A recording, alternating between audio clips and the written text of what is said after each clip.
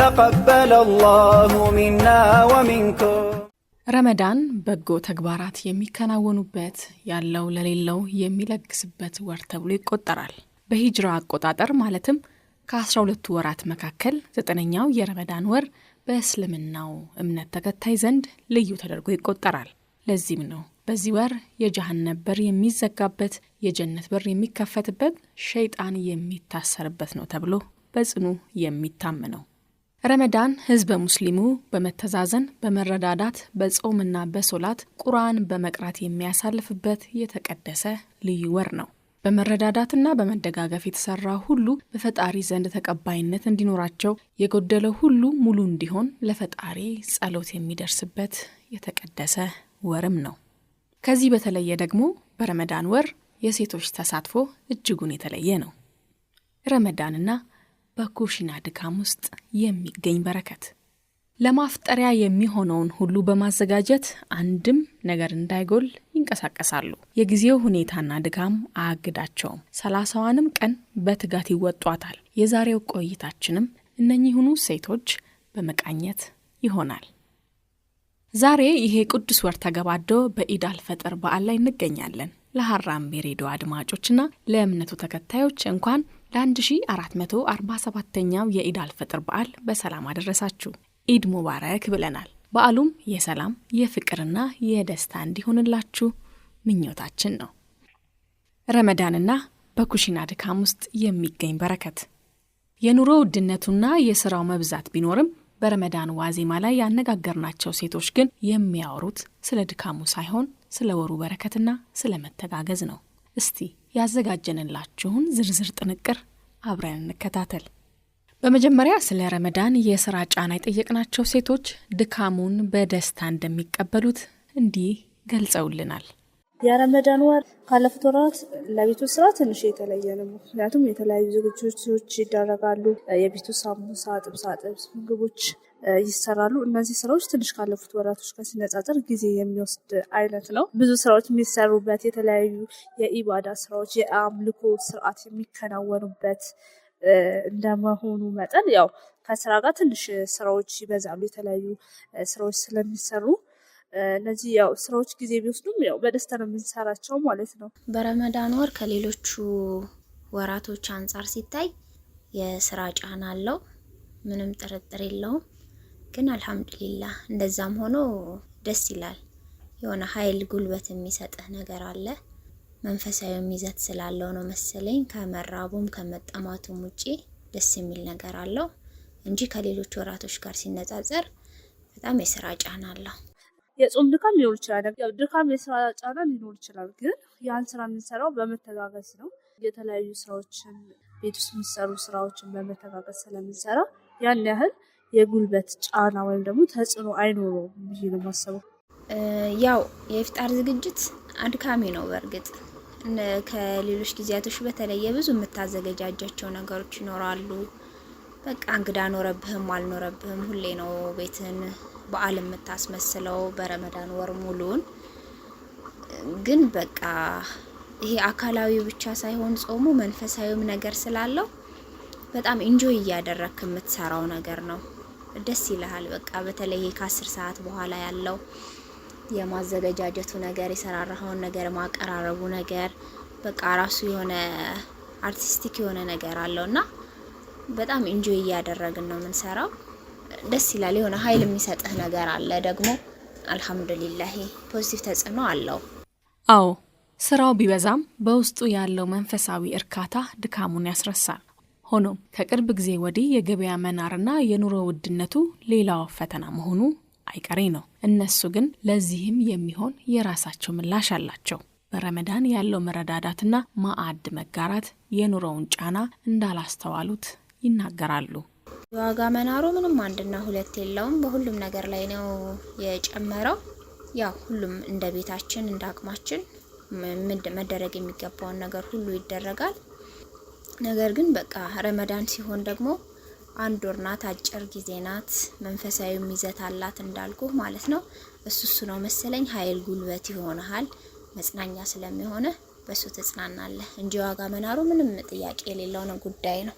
የገበያ ዋጋም ነው ሁሉ ጊዜ ያለ ነው ከአመት አመት የሚመጣ ነው አልহামዱሊላህ ሁሉ ጊዜ የረመዳን ሲገባ ከሌሎች ጊዜያት የበለጠ በረካ ያለበት ወር የበዛበት ነው ስለዚህ እነዚህ ማለት አንዳንድ ነገሮች የዘይት የሾርባ እህሎች ቴምር ትንሽ ዋጋቸው ይጨምራል በየአመቱ ማለት ነው እነዛ ነገሮች ቢጨምሩ ከነዛ ነገሮች ምንም አይነት የምንቀነሰው ነገር ማለት ምንን ለመቀነስ ተገደሽ ብትኝ እንኳን ምንም አይነት የመቀነስ እንትን አላሳየንም ምክንያቱም ይሄ ወር ከሌሎች ወሮች የተለየ በረካ የበዛበት ወር ነው በተለይ ለኛ ሙስሊሞች ማለት ነው ማንንም ሙስሊም ይሄ ወር ሲመጣ ማንንም ተርቦ ወይም ትን ብሎ እንትን አይልም በቤት ውስጥ እንኳን ባይኖር ከጎረቤት የተለያዩ የተቸገሩ ሰዎችን የሚረዳበት ወር ነውና ምንም ለመቀነስ ነው ይበልጥ ነው እየሰራን ያለነው እንጂ የዋጋ መናሩ እንዳለ ይበልጥ ነው እየሰራንበት ያለው በረከቱ ፈጣሪ እንዴት እንደሰጠን አናውቅም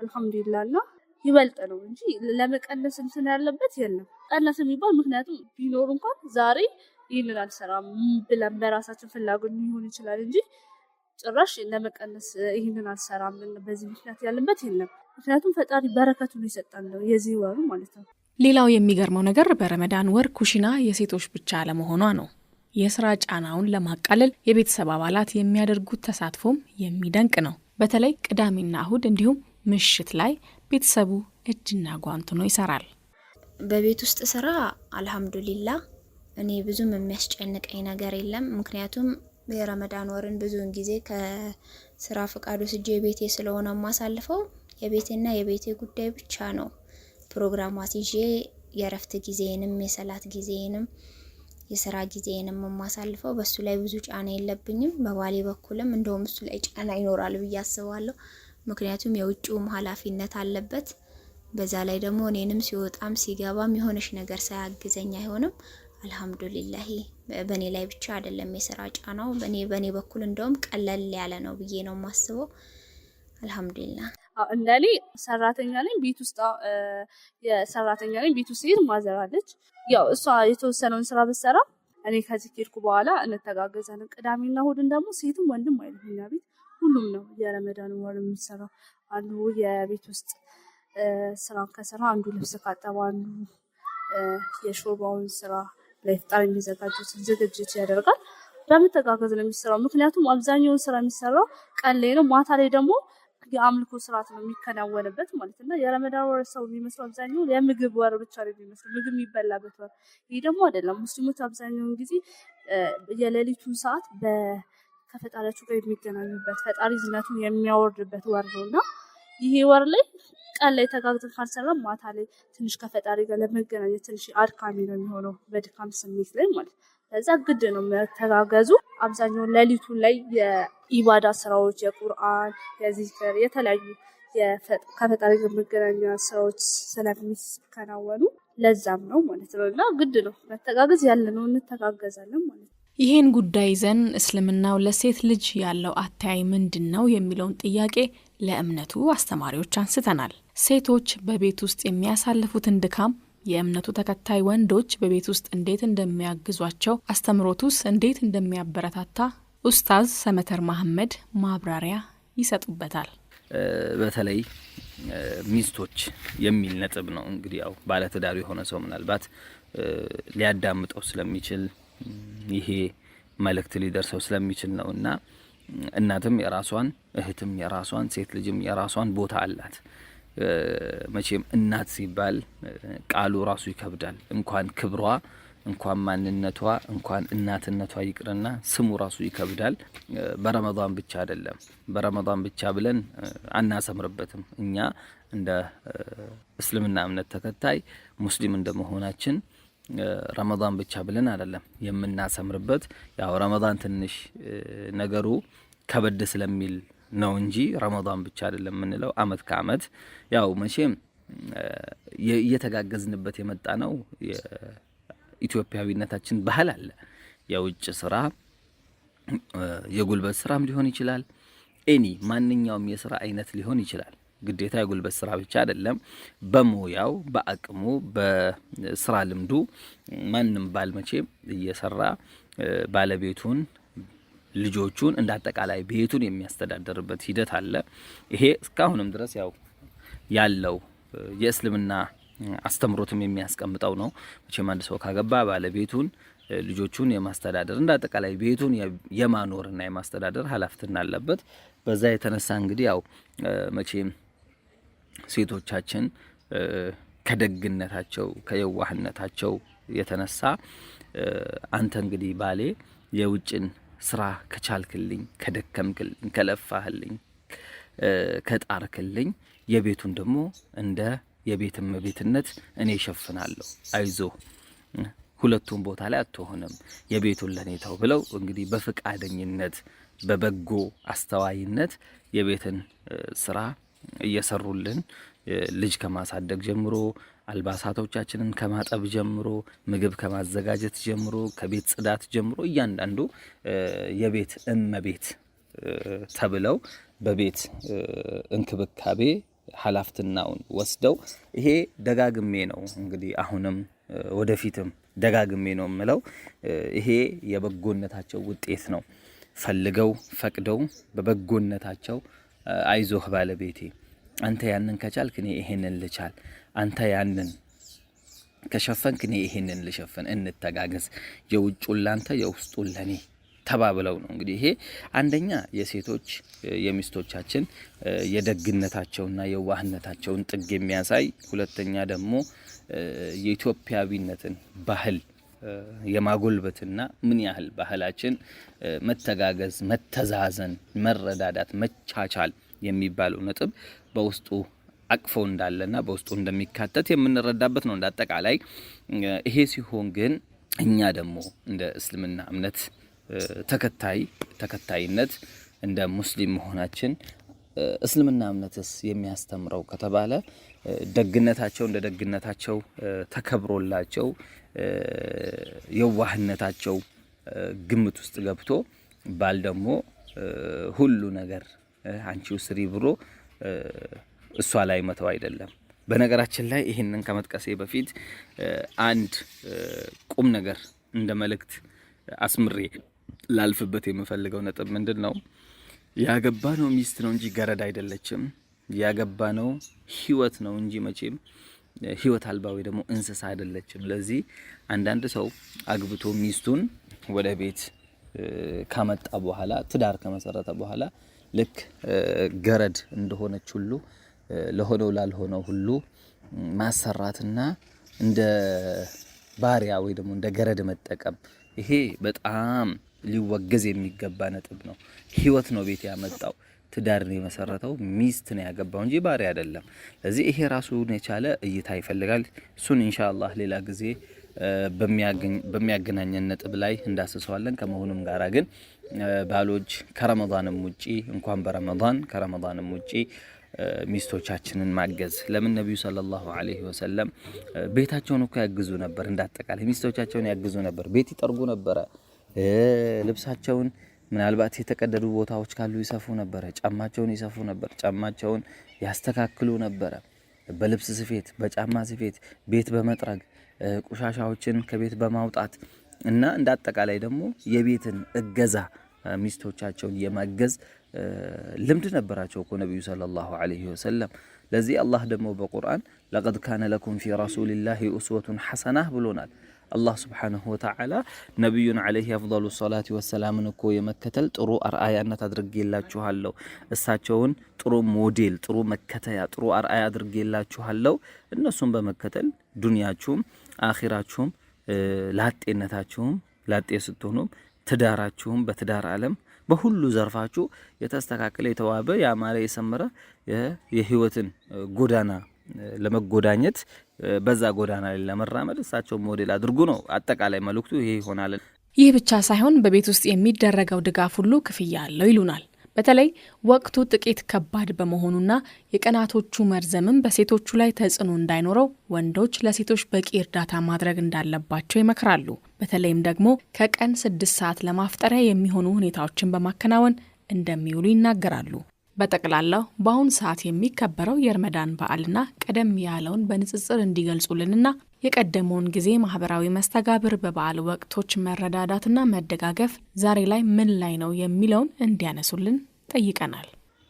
መቼም የዘንድሮ ረመዳንና የአምና ረመዳን የዘንድሮ ዒዱል ፊጥርና የአምናው ዒዱል ፊጥር አንድ አይመስልም። መቼም ከድባቡም አንጻር ወዙንም ስናየው ምናልባት ንፋሱ የረመዳን ንፋስ ራሱ እኮ አምናና ዘንድሮ ያለው አንድ አይደለም። በዒዱም ላይ ስንመጣ ደግሞ እንደዛው ነው። የዘንድሮ ረመዳንም ቢሆን የዘንድሮ ዒዱም ቢሆን ትንሽ መልኩ ከአምናም ካቻምናም ከዛም በፊት ካሉት ረመዳኖች ከዛም በፊት ካሉ ዒዶች ትንሽ ወዙ የደበዘዘ ይመስላል። መቼም የተጠቀመው ተጠቀመ ከአምናም ከካቻምናም ከዛም በፊት ካለው እጥፍ ድርብ አድርጎ እድያውን ያገኘ እጣውን ያገኘ ከረመዳን የተጠቀመ የረመዳንን በረከት ያገኘ ከአላህ የሚሰጠውን ለየት ያለ እድያና ስጦታ የታደለ መቼም አለ። ይሄ አላህ እንግዲህ በመሻቱ ያጠቃቀመው አለ። ግን እኛ የምናየው ያው የአየር ድባቡ በተመለከተ ኢንቫይሮንመንቱን በተመለከተ ነው እያወራን ያለነውና ይሄንን ስናይ ደግሞ ያው መቼም እቺ ቅርቢቷ ዓለም ከማብቂያዋ ያው ምልክቶች መካከል የጊዜያት መቀራረብ ነው። አመቱ እንደ ወር፣ ወሩ እንደ ሳምንት፣ ሳምንቱ እንደ ቀን፣ ቀን እንደ ሰዓት፣ አንድ ሰዓት እንደ ብልጭታ ይሄ መቼም እቺ ቅርቢቷ ዓለም የፍጻሜዋ መለያ ነው፣ ምልክት ነውና በዚህ አይነት ነው እንግዲህ አምናና ዘንድሮ ያሉት ነጥቦች እንዲህ መዳሰስ ይችላሉ። የአምና ዒዱል ፊጥርም የዘንድሮ ዒዱል ፊጥርም የአምናው ረመዳንም የዘንድሮ ረመዳንም መልኩም በዚህ ማየት ይቻላል። ዛሬ ላይ እንደ ቀድሞ ጊዜ ሁሉም ነገር ርካሽ አይደለም። የቤት ነገር ሁሉ ከመጠን በላይ ተወዷል። በተለይም ለአፍጥር የሚሆኑ ግብአቶች ዋጋቸው መሰቀሉን ብዙዎች ይመሰክራሉ።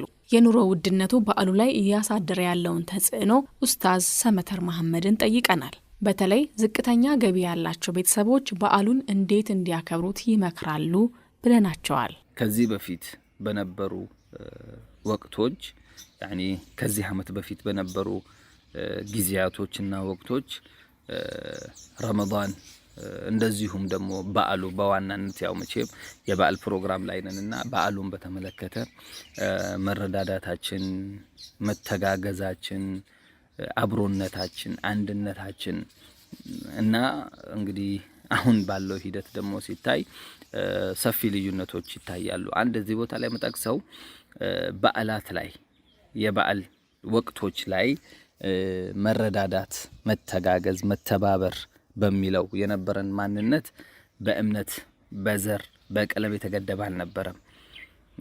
ብዙ ጊዜ እኮ ያው እስከ አምና ረመዳንም ድረስ እስከ አምና ዒዱል ፊጥር የረመዳን ፍች በዓልም ድረስ እውነቴን ነው ሙስሊም የክርስትና እምነት ተከታዮች ጋር ሄዶ በዓላቸውን የማድመቅ በዓላቸውን በዓል የማሸተት የክርስትና እምነት ተከታዮች ወንድም እህቶች ደግሞ ሙስሊሞቹ ዘንዳ እየመጡ የበዓሎቻቸው ድምቀት የሚሆኑበት ጊዜ ነበር። እንደ አጠቃላይ እኔ እቺ ቃል ትገልጻለች ብዬ ነው ማስበው። ሙስሊሙም ለክርስትና እምነት ተከታይ፣ የክርስትና እምነት ተከታይም ለሙስሊሙ ለእስልምና እምነት ተከታይ፣ ክርስቲያኑ ለሙስሊሙ ነው፣ ሙስሊሙ ለክርስቲያኑ ነው። ወይ ደግሞ የክርስትና እምነት ተከታይ ለእስልምና እምነት ተከታይ፣ የእስልምና እምነት ተከታይ ለክርስትና እምነት ተከታይ በየበዓላቶቹ፣ በየፕሮግራሞቹ፣ በየሃይማኖታዊ ተግባራቶች ላይ ድምቀት ነበረ ብዬ ማስብበት ሂደት ነው አለ እኔ እንደግሌ። ምክንያቱም በማንኛውም የእስልምና እምነት ተከታይ ዘንዳ ያው መቼም እምነቱ የሚፈቅድበት እምነቱ የሚያዝበት ስነ ምግባር አለ። እምነቱ ያስቀመጠው ስነ ምግባር አለ።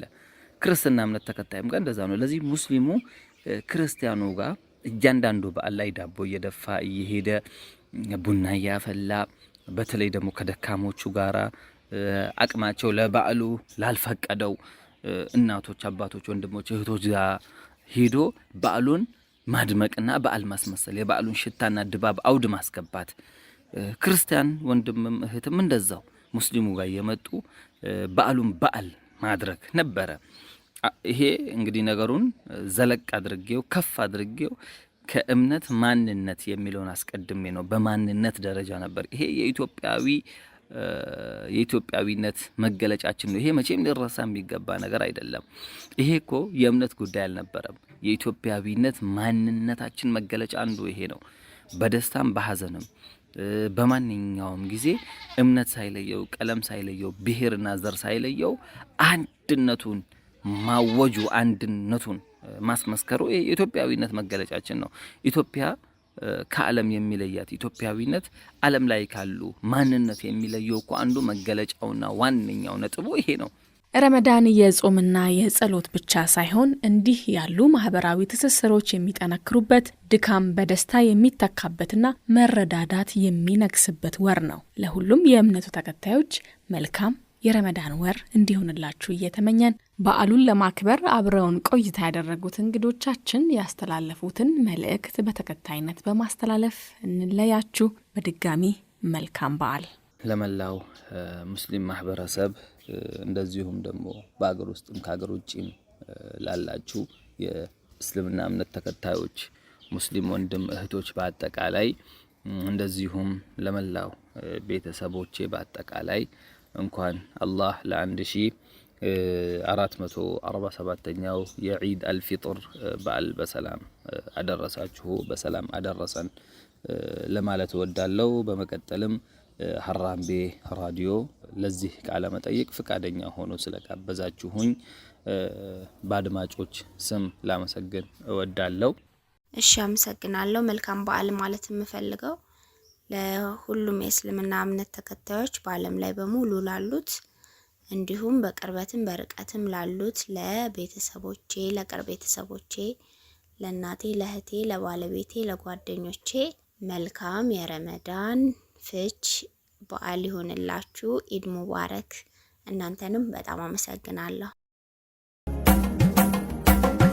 ተቀበለ አላሁ ሚና ወሚንኩም